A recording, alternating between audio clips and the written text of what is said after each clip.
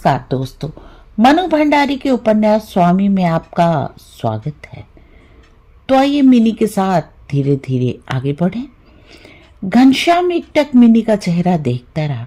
लगा कि मिनी की बात से वह जैसे भीतर तक आहत हो आया है, पर उसने अपने को नियंत्रित करके कहा, दूसरी? तुम क्या दूसरी हो? मिनी भी एक क्षण रुकी, फिर बोली, ठीक दूसरी हूं, ऐसा तो नहीं कह सकती, पर तुम्हारी बहुत अपनी भी नहीं हूं। और कहने के साथ ही अपनी बात के नीचे छिपे अर्थ का ध्यान आते ही जैसे वह स्वयं संकुचित हो आई। बात को बदलने के लिए जल्दी से बोली, यहाँ कदम कदम पर जिस तरह का न्याय होता है उसमें चुप रहना मेरे लिए संभव नहीं। न हो तो तुम मुझे माँ के यहाँ भेज दो। ठीक है, तुम माँ के यहाँ चली जाओ, मैं माँ से कहकर तुम्हारे जाने की व्यवस्था करवा दूंगा। अपने स्वर की दृढ़ता और उससे भी अधिक अपनी बात से मिनी को हतप्रभ करके घनश्याम चला गया। मिनी जहां खड़ी थी धम से वहीं बैठ गई। इतना अपमान, और सबसे बड़ी विडंबना यह कि जिसके लिए चोरी करे वही चोर कहे।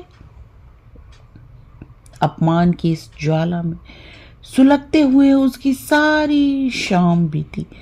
माँ से जब घनश्याम ने उसे भेजने को कहा होगा तो कैसा विजयोल्लास उनके चेहरे पर छा गया होगा। ननद फिस करके हंसी होगी, देवरानी होठ टेढ़ा करके मुस्कुराई होगी। इसकी कल्पना कर करके ही उसकी आंखों से आंसू उमड़ने लगे। नहीं, अब वो माँ के यहाँ चली ही जाएगी। यहाँ जिस तरह की जिंदगी वह जीने को मजबूर है, वो सब यूं भी उसके बस का नहीं। रात दिन छोटी छोटी बातों पर झगड़ा करो, निहायत टुच्चेपन पर उतरकर विवाद करो, इसी सब के लिए इतना पढ़ा लिखा था। जिंदगी के इसी रूप की कल्पना की थी, और उसका यहाँ है भी क्या। सवेरे से रात तक घनश्याम को अपने कमरे से अवकाश नहीं। रात में चैतन्य महाप्रभु का ध्यान, और फिर अपने अपने कोने में सिमट कर सो जाना। वह यहाँ रहे न रहे, कितना अंतर पड़ता है घनश्याम की जिंदगी में। और फिर नए सिरे से उसे अपनी निरर्थकता का बोध हुआ। साथ ही वह अव्यक्त सी पीड़ा भी हरी हो आई, जिसे वह शायद अपने भीतर ही भीतर दबाए हुए थी। शाम से लेकर रात तक वह अपने कमरे के बाहर भी नहीं निकली। यह अपमानित चेहरा वो किसी को नहीं दिखाएगी। उसके कमरे के बाहर ही एक तख्त रखा है, और पास में एक अलमारी। घनश्याम की हिसाब किताब की बहिया उसी में रहती हैं। रात के 8 साढ़े 8 बजे लौटकर वो उसी तख्त पर बैठकर हिसाब किताब देखता है, चिट्ठी पत्री लिखता है। उसके बाद खा पीकर भीतर आता है। मिनी अपने कमरे में किताब पढ़ते हुए या कुछ और करते हुए भी उसका ध्यान रखती है। कुछ जरूरत होने पर कमरे की खिड़की में से ही उसे पकड़ा देती है। अलमारी खुलने की आवाज से ही वह समझ गई कि घनश्याम आ गया है। अब और मुझसे सहा नहीं जाएगा बेटा, आज फैसला हो ही जाए। माँ शायद साथ ही लगी लगी आई थी। मिनी एकदम सजग होकर बैठ गई। सुने तो सही, पति क्या कहकर उसके जाने की व्यवस्था करवाते हैं, कितना जलील और अपमानित करते हैं उसे माँ के सामने। तुमने सब सुना तो होगा ही बेटा, तुम ही बोलो, ऐसे मैं कैसे गृहस्थी चलाऊंगी। हाँ सुना तो, घनश्याम का संक्षिप्त सा उत्तर। मैं तो पहले ही इतनी बड़ी बहू लाने के पक्ष में नहीं थी। जो जवान कैची की तरह चले वो सारी गृहस्थी को तितर बितर नहीं कर देगी। ना ना, मुझसे अब और एक दिन भी बर्दाश्त नहीं होने का। पर उपाय क्या है माँ? घर की बड़ी बहू को कहीं भेजा भी तो नहीं जा सकता ना। मिनी अवाक। तो माँ से उन्होंने अभी तक उसे भेजने के लिए नहीं कहा? उपाय तो है और खूब है, पर इतना जान लो, इसके साथ मैं गृहस्थी नहीं चला सकती। उसे यहाँ रहना है तो फिर यही घर चलाए। कोई दूध पीती बच्ची भी नहीं। और उन्होंने झन्न से चाबियों का गुच्छा आंगन में फेंक दिया। अपार विस्मत से घनश्याम ने कहा, इसने गुनाह किया तो इसे ही सजा दो माँ। इसे यहाँ से भेजकर तो तुम मुझे ही सजा दे डालोगी, और फिर इसमें भेजने और ताले चाबी की बात आती ही कहाँ है। वो केवल इतना ही तो चाहती है कि मुझे अच्छा खाना पीना मिले, सो तुम उसी की व्यवस्था क्यों नहीं करती? सीधा सा उपाय है। माँ तो एकदम आग बबूला हो गई। जिस बेटे को वे अपनी मुट्ठी में समझती थी, जिससे अपनी हर उचित अनुचित बात को मनवा लेना उनकी आदत बन गई थी, उसी बेटे का यह व्यवहार। एकदम भवक कर बोली, घनश्याम तुमने तो हद कर दी बेटा। आज तक क्या मैं तुम्हें खिलाती पिलाती नहीं आई हूँ जो आज मुझे यह सिखाएगी? अरे बेटा, अभी तो मेरे हाथों से तुम्हारे गुमुत की गंध भी नहीं गई है।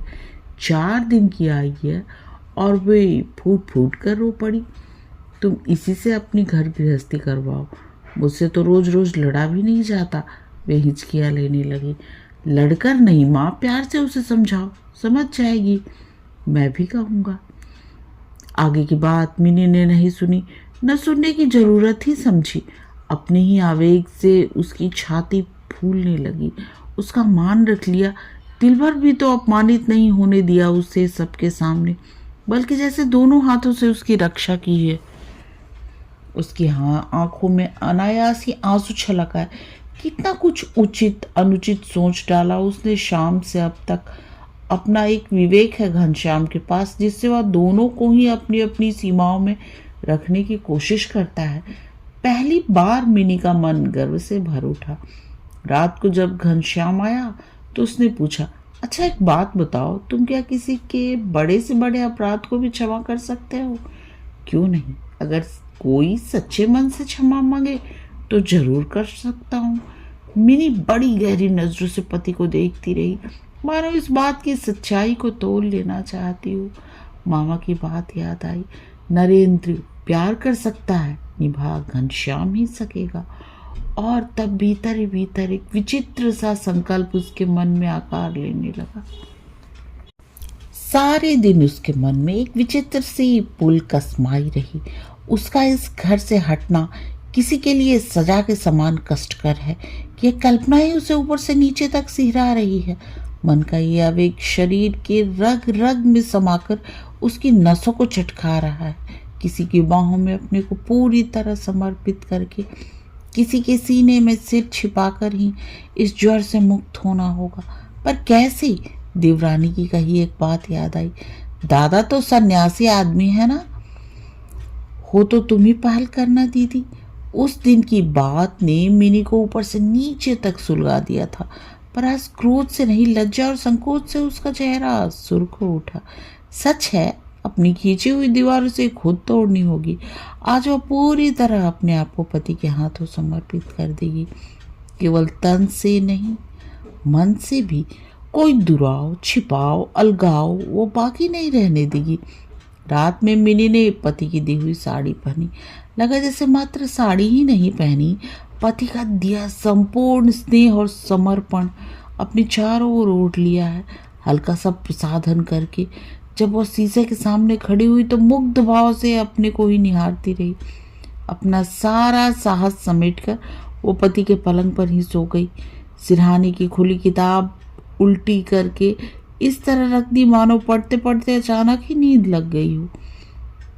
वह ये सारा नाटक भी कर रही थी और भीतर ही भीतर इस सब के लिए अपने को धिक्कारती भी जा रही थी। कैसे संकट में उसने अपने आप को डाल लिया कि आज वो सब करना पड़ रहा है। न जाने कितने चित्र आंखों के सामने बन बिगड़ रहे हैं। पति उसे पलंग पर देखकर मुस्कुरा रहे हैं और फिर जैसे ही उन्होंने बाह में भरकर उसे अपने पास खींचा, उसने अपने आप को पति के हवाले कर दिया। चुंबन, आलिंगन और आनंदाश्रुओं के बीच ही उसने नरेंद्र की सारी बात बता दी है। पति के चेहरे पर कोई विकार नहीं, वैसा ही निर्मल चेहरा, वैसी ही मृदु मुस्कान। वे उतने ही स्नेह से उसके बाल सहला रहे हैं और उसकी बाहों पर सिर रखे रखे वो बेहद बेहद हल्की और निर्द्वंद हो आई है। कितनी सहजता से पति ने उसके मन के सारे बोझ, सारी दुविधा को अपने भीतर समेट लिया है। उसके गुण दोष सबको अपने भीतर समा लिया है। तभी घनश्याम की पदचाप सुनकर उसकी सांस जहां की तहां रुक गई। रोम रोम एक स्नेहिल स्पर्श के लिए आकुलाने लगा। अरे, उसने घनश्याम की आवाज सुनी।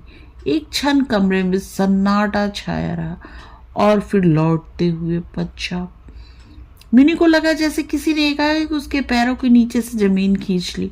घनश्याम लौट गया। इतना अपमान, ऐसी उपेक्षा, ये सारा नाटक, सारा आयोजन उसे ही छील छील कर छलनी करने लगा। उसका अपना मन ही उसे बुरी तरह धिक्कारने लगा। डूब मर बेहया निर्लज्जा, मन हुआ साड़ी उतार कर तार तार कर दे, इस प्रसाधन को नोच नोच कर फेंक दे, पर उससे हिला भी नहीं गया। शरीर में समाया हो कुछ देर पहले का सारा आवेग, मन में उठा हुआ तूफान, सब आंसू की बाढ़ में डूबने लगा। मन हुआ किसी तरह यह पृथ्वी फट जाए और वो उसी में समा जाए। कल कैसे वो अपना मुंह दिखाएगी? नहीं नहीं, अब वो यहाँ रह भी नहीं सकेगी। उसे रहना भी नहीं चाहिए। क्यों रहे? किसके लिए रहे? क्या जन्म भर के लिए उसकी नियति इस चटाई और उस कोने के साथ ही बंध गई? मन में उठने वाले इन आवेगों का वह क्या करे? किस दीवार के साथ सिर फोड़े? रात भर की घोर मानसिक यातना दूसरे दिन चेहरे पर बहुत स्पष्ट होकर उभर आई थी।